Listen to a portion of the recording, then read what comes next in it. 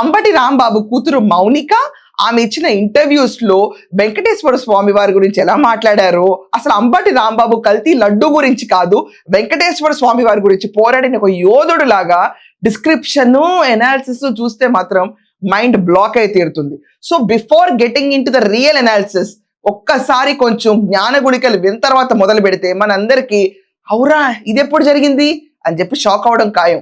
Ambati Mounika last Ambati Rambabu arrest అయిన దగ్గర నుంచి ఒక పొలిటీషియన్ గా ఎదుగుతున్న సమయం అంబటికి కూడా తెలియదు, పెద్దగా లోపల ఉన్నారు కదా, ఏంటి నా కూతురు పొలిటీషియన్ గా ఎదిగిపోయారా అని చెప్పి ఆయనకు కూడా తెలియదు. బట్ బయట జరుగుతున్న స్టంట్లు అయితే ఇవే, తగ్గేదేలే అన్నట్టు ఉంది ఇదంతా.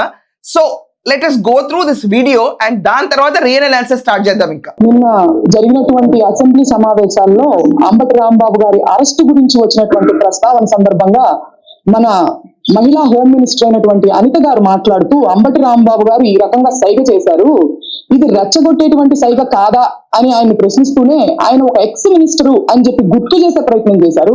అయితే ఆయన్ని రెచ్చగొట్టినప్పుడు కానీ మీ పార్టీకి సంబంధించిన వారు ఆయనకు సంబంధించినటువంటి మహిళలమైన మా మీద దాడి చేసినప్పుడు కానీ మీకు ఆయన ఒక ఎక్స్ మినిస్టర్ అని మీకు గుర్తు లేనట్టుంది.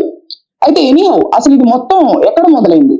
ఇది మొత్తం వెంకటేశ్వర స్వామి వారిని మీరు ఇవాళ ఒక వైసీపీకి సంబంధించినటువంటి రాజకీయ నాయకుడిగా చూస్తూ ఆయన మీద పోస్టర్లు వేసి దుష్ప్రచారం చేస్తూ ఆయనకి దుస్థితి కల్పించారు.